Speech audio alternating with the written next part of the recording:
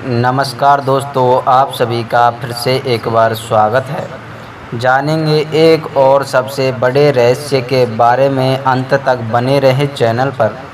दोस्तों, अगर आपने आपके इस चैनल को सब्सक्राइब नहीं किया तो सब्सक्राइब करके बेल आइकन को ऑल ज़रूर कर लें और कमेंट बॉक्स में जय श्री राम ज़रूर लिखें। बताएंगे दोस्तों कि आज रावण का जन्म कैसे हुआ और इसके पीछे क्या रहस्य है। रावण की पहचान किसी से छिपी नहीं है। लंकापति रावण को अनीति माना गया है। अनाचार, दम, काम, क्रोध और लोभ से भरा एक अधर्मी के तौर पर जाना गया है। बुराई का दूसरा नाम रावण माना जाने लगा है। लेकिन इस बात को भी कभी नहीं नकारा गया कि दशानंद रावण का एक राक्षसी तो था, साथ ही में एक महाज्ञानी भी था। आज हम जानेंगे कि आखिर रावण कैसे हुआ और ऐसा क्या हुआ।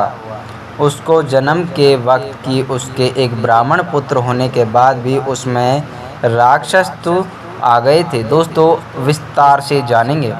चैनल को सब्सक्राइब जरूर कर दें। रामायण जो हिंदू धर्म में बेहद पवित्र ग्रंथ माना गया है। दोस्तों, रामायण में राम का संपूर्ण बताया गया है कि जिसमें रावण का भी खास तौर पर जिक्र है। रावण सोने की लंका का राजा था, जिसके जन्म को लेकर कई कथाओं का वर्णन मिलता है। वाल्मीकि रामायण की भी माने तो पुत्सल्य मुनि के पुत्र महर्षि विश्वा का रावण पुत्र था, जिसकी मां राक्षसी केकसी थी। दोस्तों, वाल्मीकि रामायण के उत्तरकांड में बताया गया है कि पुराने समय में माली, सुमाली और मलयवन बेहद क्रूर दैत्य भाई थे, जिन्होंने ब्रह्मा की कठिन तपस्या की, जिसमें ब्रह्मा ने उन्हें महाबलशाली होने का वरदान दे दिया था। वरदान पाकर स्वर्गलोक, पृथ्वीलोक और पाताल लोक में तीनों भाई देवताओं, ऋषि मुनियों और मनुष्यों पर अत्याचार करना शुरू कर दिया था।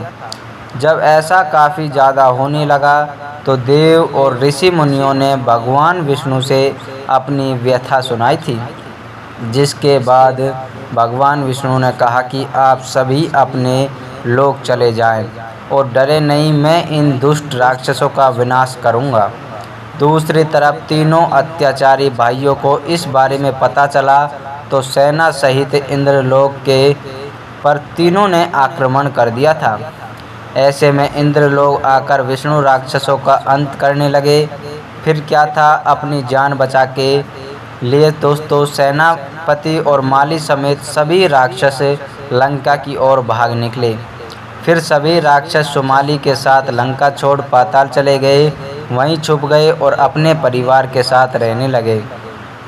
दोस्तों, एक दिन सुमाली पृथ्वीलोक में घूमने को आया, जहां उसकी नज़र कुबेर पर पड़ी, लेकिन देवताओं के डर से वो फिर पाताल लोक चला गया और सोचने लगा कि कब तक वो डर से यूं ही छुपा रहेगा।